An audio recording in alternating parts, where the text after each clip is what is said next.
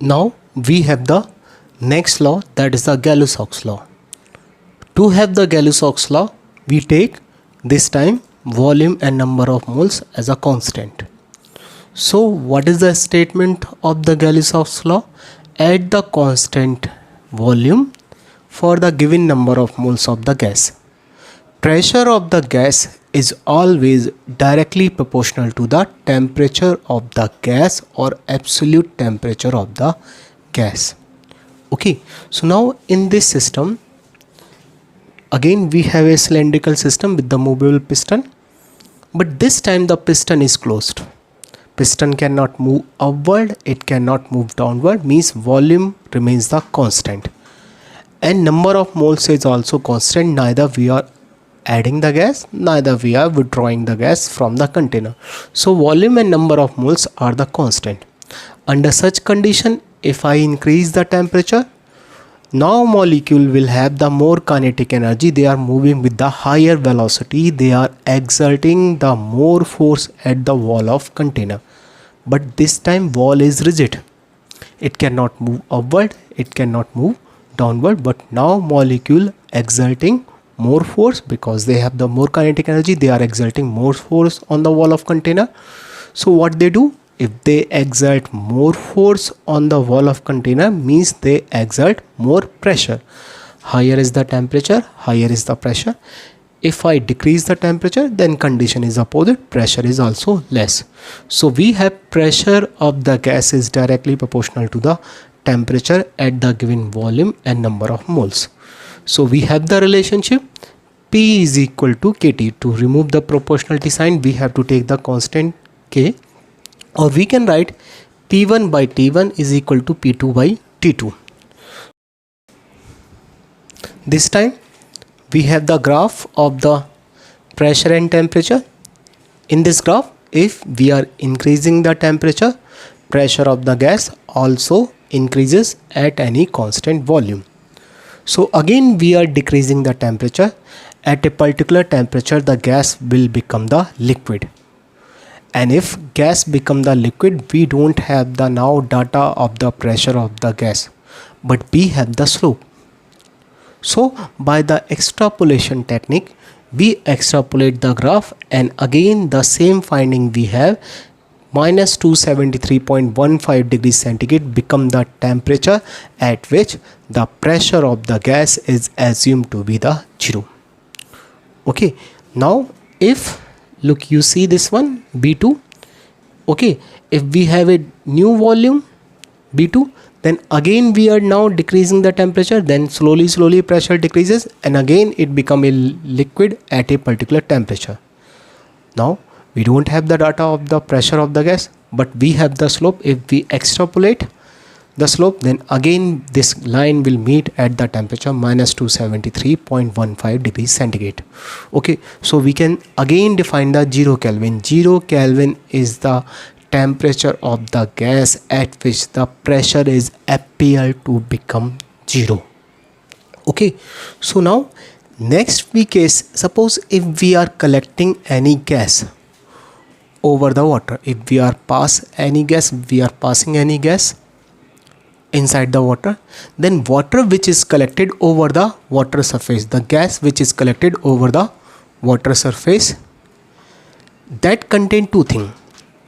Suppose if pressure is the X, then pressure X also include the pressure of the gas as well as is also include the pressure of the vapors of the liquids.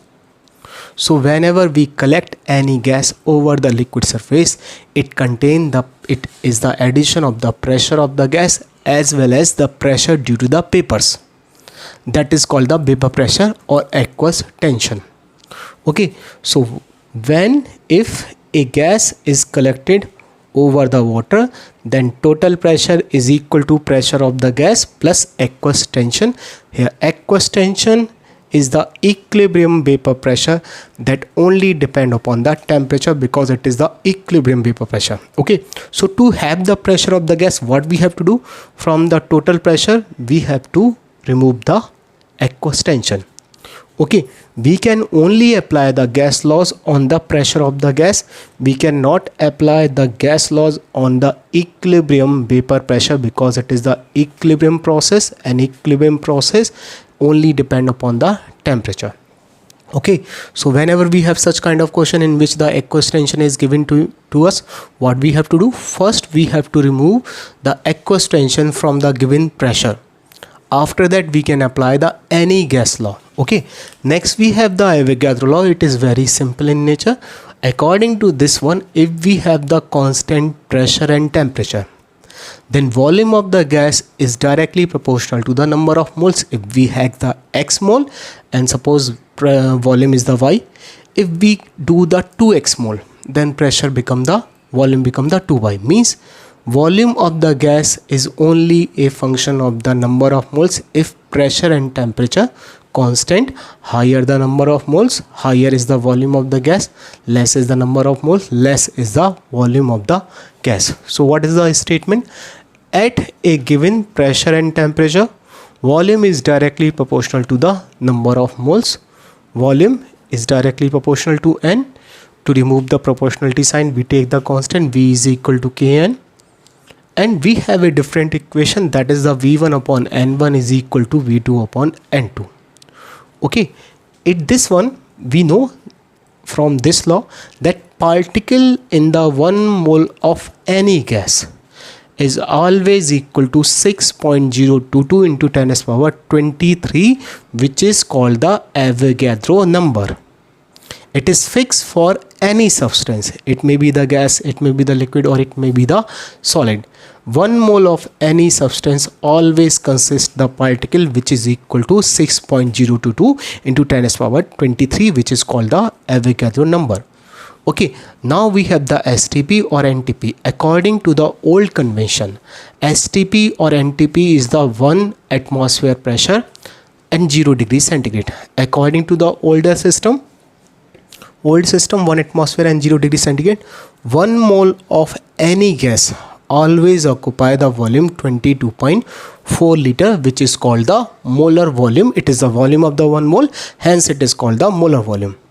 But according to the new convention, now STP is the 1 bar pressure and 0 degree centigrade temperature. Okay, this is the new convention. According to the new convention, 1 mole of any gas always occupy the volume 22.7 liter. But still in the entrance examination, we are using the old convention. Okay, means what I mean to say, whenever you have the question and in that question suppose STP is written, you have to consider the old convention. In the old convention, old STP 1 atmosphere and 0 degree centigrade, where 1 mole of the gas consists the volume 22.4 liter. We have to use this data in our entrance examination like NEET, IIT mains or advanced. Now we have the ideal gas equation. What is the ideal gas equation? It is the combined form of 3 laws. Okay, 3 laws we combine together to give a single equation, and that single equation is called the ideal gas equation. What are those? First equation is the volume is inversely proportional to the pressure at the constant temperature and number of moles. It is the statement of the Boyle's law. Next we have volume is directly proportional to the temperature. This is the statement of the Charles law at the constant pressure and number of moles. Next we have the Avogadro's law. According to this, volume is directly proportional to number of moles at the constant pressure and temperature. If we combine these all the 3 equations, what we have volume of the gas is directly proportional to number of moles and temperature inversely proportional to the pressure. In the simpler way, what we can write, PV is equal to PV is directly proportional to NT, or PV is equal to nRT. This equation PV is equal to nRT is called the ideal gas equation, and R is called the universal gas constant.